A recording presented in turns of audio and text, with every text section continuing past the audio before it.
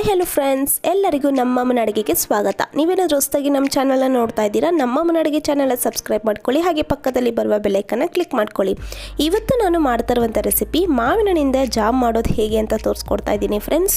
ಸೂಪರಾಗಿರುತ್ತೆ, taste ಮಾತ್ರ. ಇವಾಗಂತೂ ಮಾವಿನ ಹಣ್ಣು ಸೀಸನ್ ಅಲ್ವಾ, ಈ ಥರದ ಸೀಸನ್ ಟೈಮಲ್ಲಿ ಈ ಥರ ಮಾವಿನ ಹಣ್ಣಿಂದ ಜಾಮ್ ಮಾಡಿ ಇಟ್ಕೊಂಡ್ರೆ ನಾವು 6 ತಿಂಗಳವರೆಗೂ ಸ್ಟೋರ್ ಮಾಡಿ ಇಟ್ಕೋಬೋದು.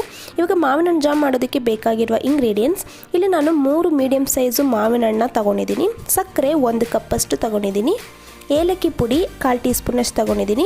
ಇಲ್ಲ ಅರ್ಧ ನಿಂಬೆಹಣ್ಣ ಈ ಥರ ಜ್ಯೂಸ್ ತೆಗೆದಿಟ್ಕೊಂಡಿದ್ದೀನಿ. ಚಕ್ಕೆ 1 ಇಂಚಸ್ ತೊಗೊಂಡಿದ್ದೀನಿ. ಇಲ್ಲಿ ನಾನು ಮಾವಿನ ಹಣ್ಣು 3 ಮಾವಿನ ಹಣ್ಣು ಈ ಥರ ಕಟ್ ಮಾಡಿ ಇಟ್ಕೊಂಡಿದ್ದೀನಿ. ಸಿಪ್ಪೆಲ್ಲ ತೆಗೆದು ಈ ಥರ ಮೀಡಿಯಮ್ ಸೈಜಲ್ಲಿ ಕಟ್ ಮಾಡಿ ಈ ಥರ ಜ್ಯೂಸರ್ ಜಾರ್ಗೆ ಹಾಕ್ಕೊಂಡಿದ್ದೀನಿ. ಹಾಕ್ಕೊಂಡು ಇದಕ್ಕೆ ಸ್ವಲ್ಪ ಒಂದು ಅರ್ಧ ಗ್ಲಾಸಷ್ಟು ನೀರು ಹಾಕ್ಕೊಂಡು ನಾನು ಈ ಥರ ಪಲ್ಪ್ ರೀತಿಯಾಗಿ ಮಾಡ್ಕೊಂಬಂದಿದ್ದೀನಿ. ನೋಡಿ, ಈ ಥರ ಇರಬೇಕು ಕನ್ಸಿಸ್ಟೆನ್ಸಿ. ಇವಾಗ ಇದೆಲ್ಲ ರೆಡಿ ಆಗಿದೆ ಅಲ್ವಾ. ಇವಾಗ ಸ್ಟವ್ ಹಚ್ಚಿ ನಾನು ಈ ಥರ ಒಂದು ಕಡಾಯಿಯನ್ನು ಇಟ್ಕೊಂಡಿದ್ದೀನಿ. ನೋಡಿ, ಆದಷ್ಟು ಅಗಲವಾಗಿರೋ ಪಾತ್ರೆ ಇಟ್ಕೊಂಡ್ರೆ ಚೆನ್ನಾಗಿರುತ್ತೆ ಜಾಮ್ ಮಾಡೋದಕ್ಕೆ. ಇವಾಗ ನಾನು ಮ್ಯಾಂಗೋ ಪಲ್ಪನ್ನು ಹಾಕ್ಕೊಂಡಿದ್ದೀನಿ. ಹಾಕ್ಕೊಂಡು ಇದೇ ಥರನೇ ಕೈ ಆಡಿಸ್ತಾ ಇರಬೇಕು. ನೋಡಿ, ಒಂದು 10 ನಿಮಿಷ ಮೀಡಿಯಮ್ ಫ್ಲೇಮಲ್ಲಿ ಇದೇ ಥರನೇ ನಾವು ಕೈ ಆಡಿಸ್ತಾ ಇದ್ದರೆ ಇದು ಗಟ್ಟಿಯಾಗಿ ಬರುತ್ತೆ ಕನ್ಸಿಸ್ಟೆನ್ಸಿ. ನೋಡಿ, ಇವಾಗ ಒಂದು ಸ್ವಲ್ಪ ಗಟ್ಟಿಯಾಗಿದೆ ಅಲ್ವಾ. ಇವಾಗ ನಾನು 10 ನಿಮಿಷ ಆದಮೇಲೆ ಸಕ್ಕರೆನ ಹಾಕ್ಕೊಂಡಿದ್ದೀನಿ. ಸಕ್ಕರೆ ಹಾಕಿದಾಗ ಒಂದು ಸ್ವಲ್ಪ ನೀರಿನ ಅಂಶ ಬಿಡುತ್ತೆ ಸಕ್ಕರೆಯಿಂದ. ಇವಾಗ ನೋಡಿ, ಈ ಥರ ನೀರಾಗಿದೆ ಅಲ್ವಾ, ಇದೇ ಥರನೇ ಕೈ ಆಡಿಸ್ತಾನೆ ಇರಬೇಕು. ಮೀಡಿಯಮ್ ಫ್ಲೇಮಲ್ಲಿ ಒಂದು 10 ನಿಮಿಷ ನಾನು ಮತ್ತೆ ಇದೇ ಥರ ಕೈ ಆಡಿಸ್ತಾ ಇದ್ದೀನಿ. ಇವಾಗ ನಾನಿಲ್ಲಿ ಈ ಟೈಮಲ್ಲಿ ಚಕ್ಕೆನ ಹಾಕ್ಕೊಂಡಿದ್ದೀನಿ. ಚಕ್ಕೆ ಹಾಕೋದ್ರಿಂದ ಒಳ್ಳೆ ಫ್ಲೇವರ್ ಇರುತ್ತೆ. ಈ ಥರ ಚಕ್ಕೆ ಹಾಕಿ ಜಾಮೆಲ್ಲ ರೆಡಿ ಆದಮೇಲೆ ನಾವು ಆಮೇಲೆ ಅದನ್ನ ತೆಗಿಬೋದು. ಇವಾಗ ನೋಡಿ ಫ್ರೆಂಡ್ಸ್, ಇವಾಗ ಇದೆಲ್ಲ ಗಟ್ಟಿಯಾಗಿದೆ. ನೋಡಿ, ಕನ್ಸಿಸ್ಟೆನ್ಸಿ 10 ನಿಮಿಷ ಆಗಿದೆ. ಇವಾಗ ನಾನು ನಿಂಬೆ ರಸನ ಹಾಕ್ಕೊಂಡಿದ್ದೀನಿ. ನಿಂಬೆ ರಸ ಹಾಕೋದ್ರಿಂದ ಟೇಸ್ಟ್ ವೈಸು ಚೆನ್ನಾಗಿರುತ್ತೆ. ಹಾಗೆಯೇ ಇವಾಗ ಯಾವ ಥರ ಕನ್ಸಿಸ್ಟೆನ್ಸಿ ಇರುತ್ತೆ ಇದೇ ಕನ್ಸಿಸ್ಟೆನ್ಸಿ ಇರುತ್ತೆ, ತುಂಬ ಗಟ್ಟಿನೂ ಆಗೋದಿಲ್ಲ. ಇವಾಗ ನೋಡಿ, ನಾನು ಏಲಕ್ಕಿ ಪುಡಿ ಹಾಕ್ಕೊಂಡು ಒಂದು ಸತಿ ಇದೇ ಥರನೇ ಚೆನ್ನಾಗಿ ಕೈ ಆಡಿಸ್ಕೊತಾ ಇದ್ದೀನಿ. ನೋಡಿ ಕನ್ಸಿಸ್ಟೆನ್ಸಿ ಯಾವ ಥರ ಬಂದಿದೆ ಅಂತ.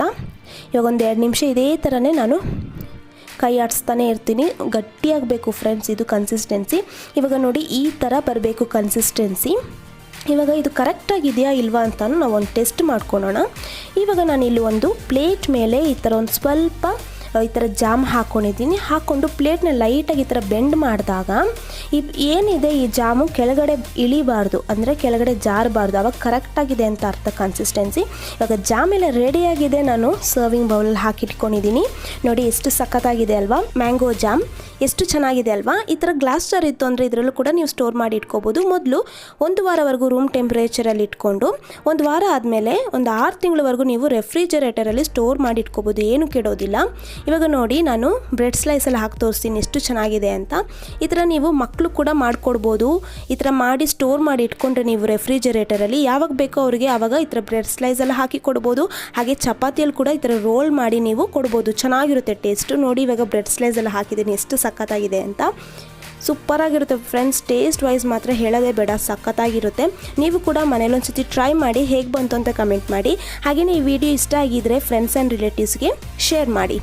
ನಮ್ಮಮ್ಮನ ಅಡುಗೆ ಚಾನಲ್ ಸಬ್ಸ್ಕ್ರೈಬ್ ಮಾಡ್ಕೊಂಡಿಲ್ಲ ಅಂದರೆ ಸಬ್ಸ್ಕ್ರೈಬ್ ಮಾಡ್ಕೊಳ್ಳಿ, ಪಕ್ಕದಲ್ಲಿ ಬರುವ ಬೆಲ್ ಐಕನ್ನ ಕ್ಲಿಕ್ ಮಾಡ್ಕೊಳ್ಳಿ. ಈ ವಿಡಿಯೋ ನೋಡಿರುವ ಎಲ್ಲ ವೀಕ್ಷಕರಿಗೂ ಧನ್ಯವಾದಗಳು.